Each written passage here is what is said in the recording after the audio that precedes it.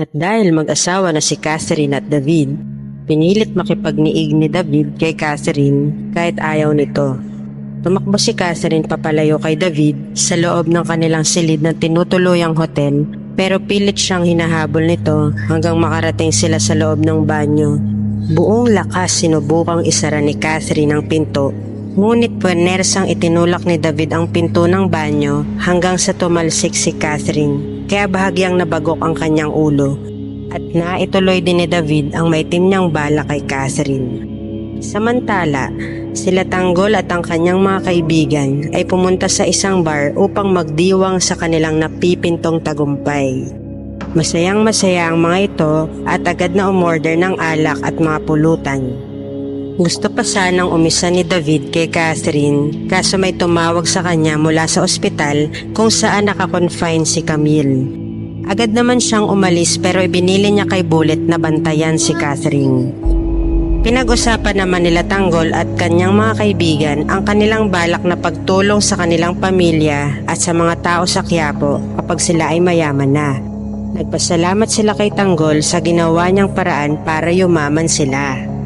Sa bahay naman nila Marites na makauwi si Santino, inutusan siya ng ina na tawagin si Camille para kumain. Kinatok ni Santino ang kwarto nila ngunit walang sumasagot kaya binuksan na niya ito. Nagulat siya nang hindi niya nakita si Camille sa loob ng kwarto kaya agad na sinabi niya sa kanyang ina. Bumaba si Santino para tanungin ang mga kaibigan kung nakita nilang umalis si Camille. Sa kasamaang palad ay hindi raw nila napansin. Bumalik siya sa taas at tinawagan na nila si Camille pero ang sumagot ay ang nanay niya. Galit na kinausap nito si Marites para sabihing nasa ospital ang anak at duguan ng matagpuan. Ikinagulat ng husto ni Marites kaya pagkababa ng telepono ay agad silang umalis ni Santino para puntahan si Camille. Nauna nang dumating si David at nagkita sila ng magulang ni Camille. Agad na sinugod siya ng tatay ni Camille at pinagsusuntok sa galit dahil sa pagpapabaya sa kanilang anak. Dali-daling tumakbo ang gwardya ng ospital para awatin ang tatay ni Camille at pinalabas ang mga ito. Nang makapasok si David ay nakausap niya ang doktor at sinabing maselan ang naging operasyon ni Camille. Namatay ang bata. Maraming dugo ang nawala at nagkakomplikasyon siya kaya siya na-comatose. Maya-maya pa ay pumasok na si David sa loob ng silid kung nasaan si Camille.